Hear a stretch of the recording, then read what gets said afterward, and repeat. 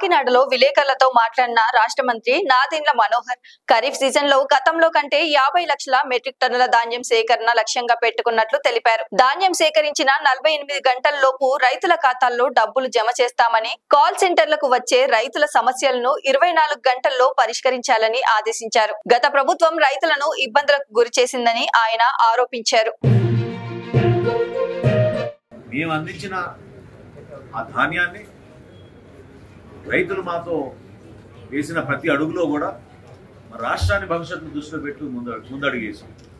ఎప్పుడు లేని విధంగా మధ్యాహ్న భోజనం పథకంలో ఈ రోజున ఫైన్ క్వాలిటీ రైస్ అంటే సన్న బియ్యం మన బిడ్డలకి మంచి భవిష్యత్తు ఉండాలన్న ఉద్దేశంతో రైతు సోదరులు పెద్ద మనసుతోటి బీపీటీ కానివ్వండి, సోనా మసూరి కానీ వాళ్ళు పండించింది వాళ్ళ ప్రభుత్వానికే అమ్మడానికి మొగ్గు చూపించారు.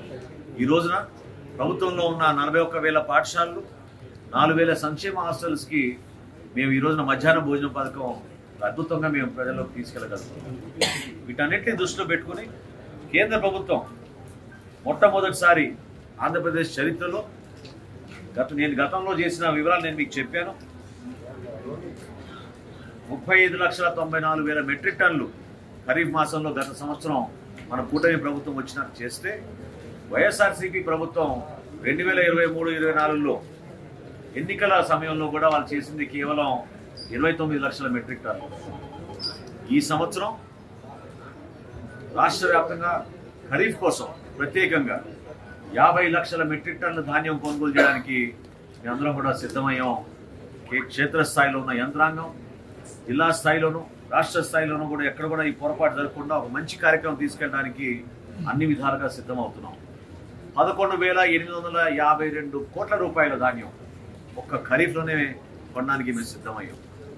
అంటే దాదాపు గత సంవత్సరంతో పోల్చుకుంటే 3,570 కోట్ల రూపాయలు అదనంగా మేము కొనుగోలు చేస్తున్నాం. ఉభయ గోదావరి జిల్లాలు ఉమ్మడిగా ఉన్న జిల్లాల వివరాలు తీసుకుంటే గత సంవత్సరం కన్నా 5 లక్షల మెట్రిక్ టన్నులు అదనంగా ఈ 2 జిల్లాల్లో కూడా మేము కొనుగోలు చేయడానికి సిద్ధమయ్యాం.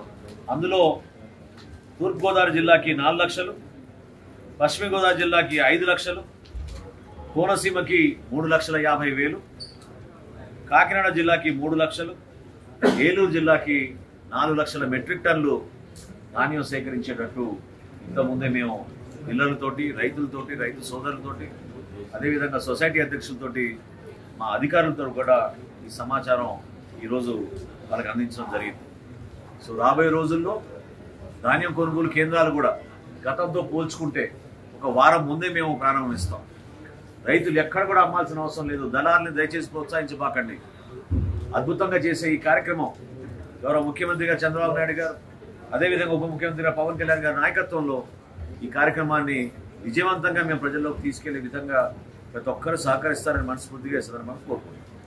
లైక్ చేయండి, షేర్ చేయండి, సబ్స్క్రైబ్ చేయండి. మరిన్ని వీడియోల కోసం బెల్ సింబల్ పై క్లిక్ చేయండి.